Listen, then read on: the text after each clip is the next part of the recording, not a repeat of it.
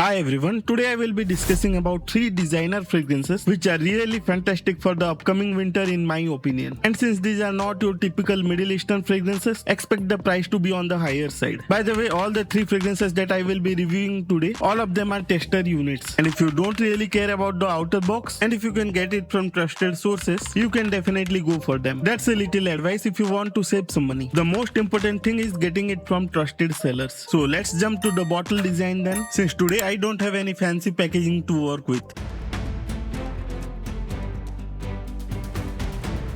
Now briefly going through the bottle design, let's start with the most interesting one here. From the Carolina Herrera, it is the Bad Boy Extreme. Now this bottle carries the same Bad Boy design of that signature lightning bolt. It has gradient sort of pattern with gold and black color with the Carolina Herrera logo on the top. All the manufacturing informations are etched onto the bottom. One thing I must say, I would have loved to see a transparent bottle design like the Cobalt lineup or the Elixir one. And I believe if you are getting a bottle of 150 ml or more, the atomizer is not built into the bottle. But since it is a 100 ml, the atomizer is built in. And there are very few built-in atomizers that work as good as the Carolina Herrera ones. Although it can be compared to a pressurized one. But none of the fragrances here have a pressurized atomizer. The next is the newest fragrance of the bunch. It is also the newest addition to the Givenchy Gentleman Society lineup. The Gentleman Society Ambre carries over the same bottle design. The inner part of the glass is painted in black color. So once again you can't see the juice level inside. You can see at the bottom it is nice and thick glass. And the bottle has a good heft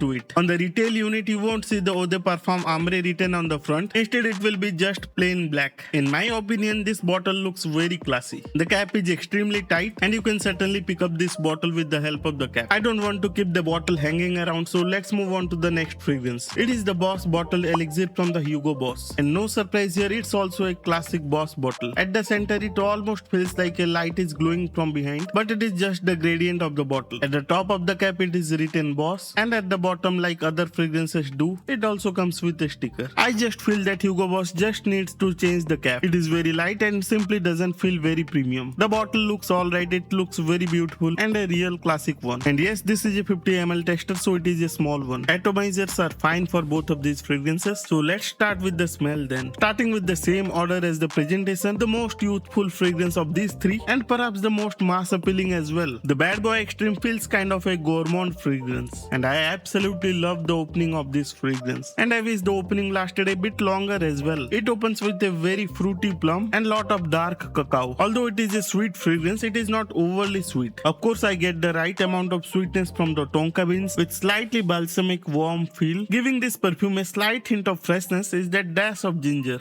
I am also getting a very light hint of smokiness, and it's absolutely very light smokiness. Not the kind of smokiness you see from many Middle Eastern brands. For the first 10 minutes, this one is going to catch a lot of attention. Unfortunately, the plum fades away very quickly as the opening is just so magnetic. Although it is marketed as a men's fragrance, I am not finding anything in this perfume that is restricting it from being an unisex fragrance. Ladies can absolutely pull this off. If you like your fragrance to be chocolatey but not overly dark or overly sweet, very playful in nature, kind of an evening fragrance, and a lot of young people are going to love this smell. But if you want something a bit more mature, then look for the Bad Boy Elixir. But what about the performance? Does it justify the extreme name? Personally, I would rate the performance in the good category. I am getting about 7 to 8 hours of longevity on cloth and strong projection for the first half an hour, and even after that I am getting projection for the arm's length till the next hour. So in terms of performance, it doesn't exactly blow my mind away, but it certainly is more than acceptable. Although I can see the performance to be very strong in cooler weather. Moving on to the next fragrance, which is indeed very impressive and one of the best I have tried this year. It is certainly not a very simple fragrance like the Bad Boy Extreme. All the Gentleman Society perfumes that has been released till today, they have centered around the Narcissus fragrance accord. I also appreciate the Givenchy Gentleman Reserve Privé, but I do find it slightly inferior than the Dior Homme Intense. Not exactly inferior, but a step down I would say. But the Society Ambre is definitely a step up in the right direction. Despite being such a great fragrance, I can't recommend this perfume as a blind buy. It has a very unique and dense floral accords.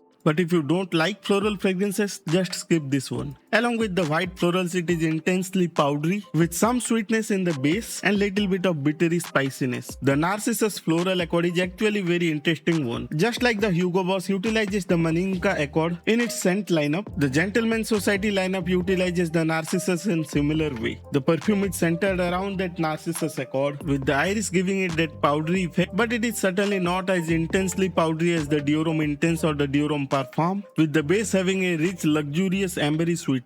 This perfume has a creaminess from the sandalwood, but don't expect that Indian sandalwood smell. Although tobacco is mentioned in a notes breakdown, I am not getting a ton of it. It smells very expensive, luxurious, rich, and blended very finely and beautifully. But with quality also comes the price. Expect to pay a premium over the other society fragrances. Coming to the versatility factor, it is certainly very classy, yet it has a seductive and sensual nature to it. I certainly think that you can pull off this fragrance in the office or even in a date night. Expect compliments from slightly mature audiences. This is a perfume that I can recommend to people about 25 or rather more suitable for 30 and above. Coming to the performance, it is very strong as well. I am getting strong projection for the first 1.5 hours. It feels very dense and thick, and I would not recommend you to go over 3 sprays with this perfume. Coming to the longevity, I am getting about 8 to 9 hours on clothes. In cooler weather, you can certainly get a little bit more performance as well. I would say about 10 plus hours easily. Now let's move on to the final fragrance of today's video. I never really expected to say this, but the most challenging and the niche smelling one is the Boss Bottled Elixir. It opens up with a very dark and smoky smell, lots of incense and herbal accords, almost like a green undertone to this fragrance. Once this perfume gets to the dry down, you will get light bit of sweetness and little bit of woody facets. Generally, this kind of challenging, high quality and well blended smell doesn't come from a lot of designer fragrances. Especially the use of patchouli in this fragrance is done very well. However, despite being such a great smelling fragrance, this is definitely not a fragrance that I would wear to get compliments. If you are into fragrances for a long time and you have started to appreciate the smoky, dark, incensey fragrances rather than the regular vanilla and tonka bean smells, then you would absolutely love this cologne. This is a fragrance that will cut through the cold weather. It is going to be very brutal and on the face kind of smell, and if you are someone who likes to stick with mass appealing fragrances, then this one is definitely not for you.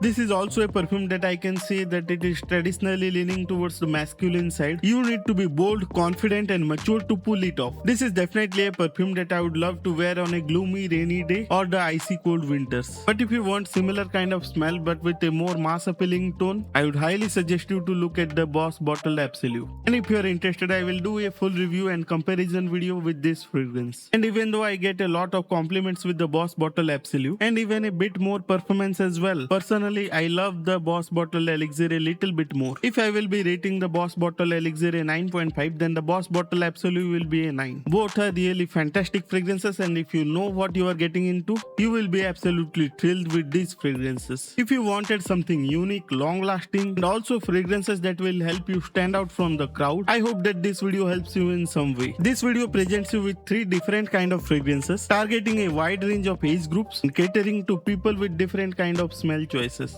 What are your thoughts on these fragrances? Would you like to see a top 5 or top 10 designer fragrances for the winters? Do let me know in the comment section down below. If you took anything value of this video, please hit that like button, and if you are new to the channel, do consider subscribing to the channel as well. So that's it for today's video, and I will be back with another exciting video next week. Till then, stay safe and as always, stay honest.